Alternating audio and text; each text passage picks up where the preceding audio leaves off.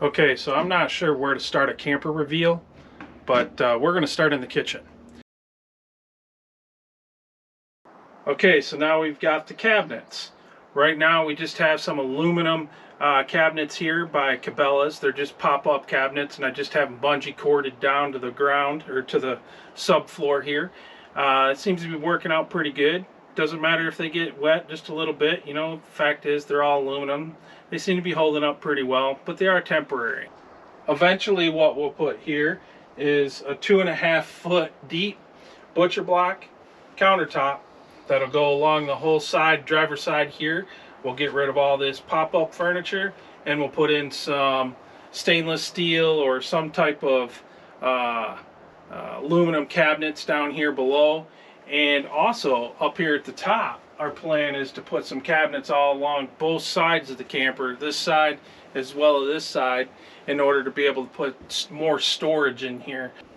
Okay, so kitchen wise, we got a new toy this year. Actually, I got it for Christmas. Loving wife got it for me for Christmas, so we'll have to give her kudos for that. But if you take a look, we've got the Blackstone griddle, and it is a 2-burner. It's about the most portable you can go and still get 2 burners.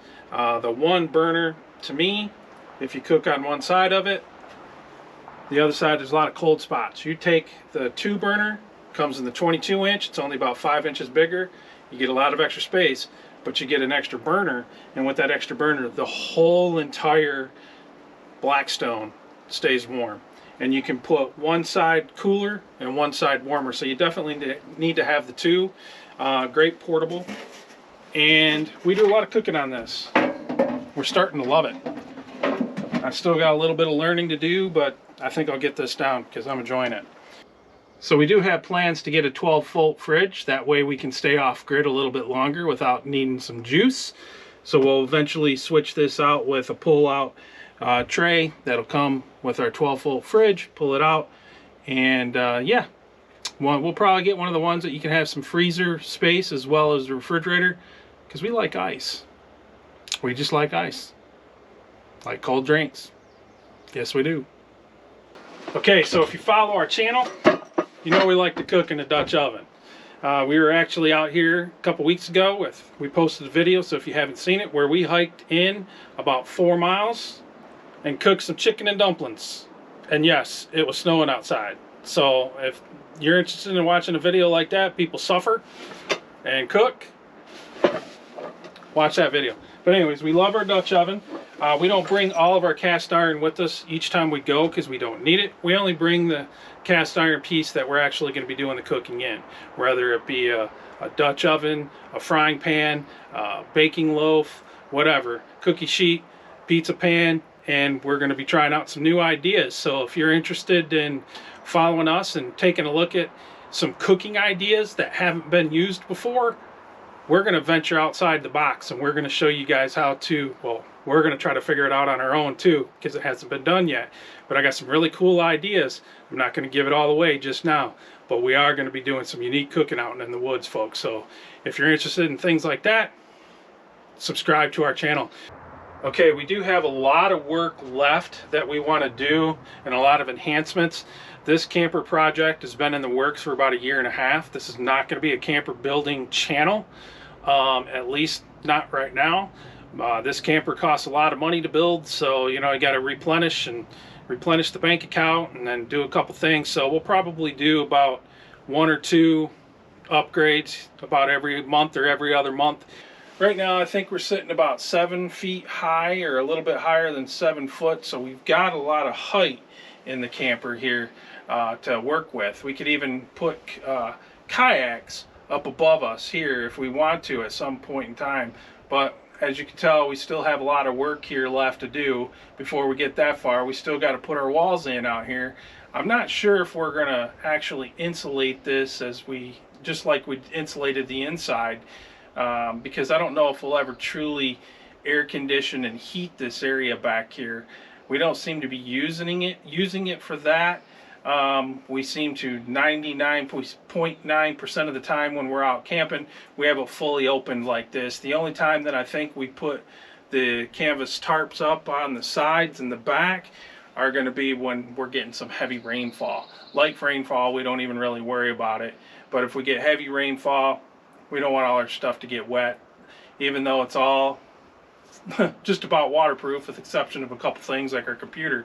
We usually just keep it open like this so we can have the panoramic views and vistas while we're camping. I mean, that's why we built this thing. We built it very unique so we could have the ability to be able to have 360 views all around us and still be covered and not have to worry about taking all that extra time to set up when you go camping, since we go about 20 or 30 times a year. So yeah, we built it for what our use is, and this seems to be working for us really well. And it is made out of 2-inch steel tubing all the way around it. There is no other camper on the market today, in my opinion, that I've seen that even comes close to the durability of this camper. This camper is a little bit heavier, yes, but all of the extra wood and components that you put in camper starts to weigh. So this camper is actually a lot lighter than a lot of other campers that are out there, even though it's a lot more sturdy, because we took out all the stuff you don't need, like interior walls and wood, and there's not a splinter of wood anywhere in this camper. Everything is either plastic or steel. We use the Renogy 2000 watt inverter. More power than what I need. We're just powering a refrigerator that pulls about 40 or 50 watts, and we're powering a TV that pulls about 60 to 80. So we're well within our means. Our lights don't even pull anything. But we do have 4 big bad boy batteries. These are about almost a double of what a normal battery would be. They are lead acid. And the reason why they're lead acid is because if somebody steals them, I'm not out $4,000, I'm out about $600. We do have them locked down, but that's probably only going to stop an honest thief. Eventually I'll probably put some steel around them and really cage them, so people have to really work at it if they want to get them out. But for right now they work well. They don't freeze up on us when it gets cold. Okay, so this is where I do all of our editing, and this is where my desk, outdoor desk area, and works pretty well. I like it. Gorgeous view. Can't beat the views. So here eventually what I'd like to do is build an L shape out of the same butcher block that I'm going to use for the kitchen counters. It'll extend from here, come all the way up, and then come out as an L shape right here in order to be able to make a nice L-shaped desk, and then also a table so we can put 2 big bar stools right here that overlook the fire from sitting right here. Alright, so I have racked my brain with what I would like to use for an opening. I've thought about having awnings that come out like this and extend out and having a nice window in them. That way I can still keep the views and have the openness of the outdoors, but still bring it in and close it. But the problem with that is we get into tight spots, and there's a lot of times we can't open up just like we are right now. I'd like to put something on some type of pulley, I think. Maybe some type of vinyl or canvas or something that can pull down and maybe hook down here to the bottom and have it be real easy. Then we'll put the same thing for the opening on the other side here. Over here in this opening is exactly the same size as what this opening is here. And then we also have this third opening here, which is going to be in the back. Okay, so if any of you have any other ideas of what I could use here that would be durable, not something that's going to break, you know, and be real flimsy, something I can put in here, some type of shade system. You know, I don't want it to cost thousands of dollars, so if you happen to know anything that will work well or any ideas, shoot them down in the comments below, because I've been racking my brain on this and I just really haven't been able to come up with something that's going to be practical and also be very durable and not be thousands of dollars. So yeah, if you got some comments, got some ideas, throw them down below. I'd appreciate it. Thanks. We're going to also put a door, eventually put a door on here. This opening is already the size, perfect size and shaped for another camper door like what we have on the front side of our unit. Alright, so We decided to go with regular style camper doors on both the front side here and then the front side from the very front of the trailer as well. And then our third door will match here in the back when we get that.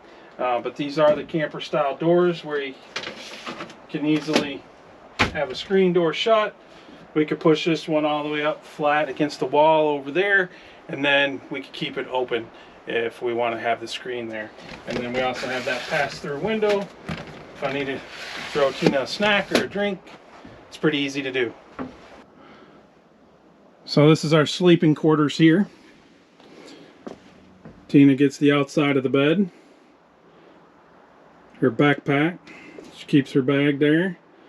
We do have a heater when it gets cold. It's a very low producing heater. It doesn't produce a whole lot of carbon monoxide, so we feel pretty safe with it. But we do have a window that we keep open, and if we use it all night, I'll wake up a couple of times and turn the fan on.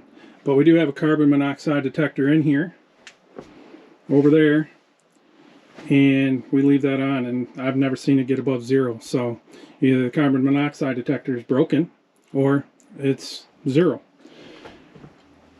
This is where we watch our YouTube videos. Oh, let me address the green sea foam. Why haven't we put any walls on yet? Well, this is one of those upgrades that we done, and it's still usable, but I'm having a lot of trouble trying to figure out what I'm going to use for the walls. I don't want to put wood paneling in here, and I don't want to do anything that isn't going to be synthetic or aluminum.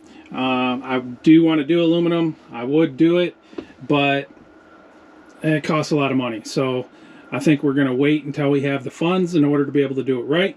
For right now, the sea foam is still keeping us cool in the summer and keeping us warm in the winter. So it's doing its job. As you can see here, there is 2-inch steel tubing all the way throughout this entire camper. Everywhere you look, there's 2-inch tubing. Okay, so I don't claim to be an electrician at all, by no means. But I did research and put this baby in myself. It took a lot of hours of YouTube school. I gave myself my own certificate, and then I decided to go for it. But we did put in a 2-in-1 unit here, so this also is a converter as well as the brain that powers everything, including our air conditioner, which we never really use anyways because we're always boondocking.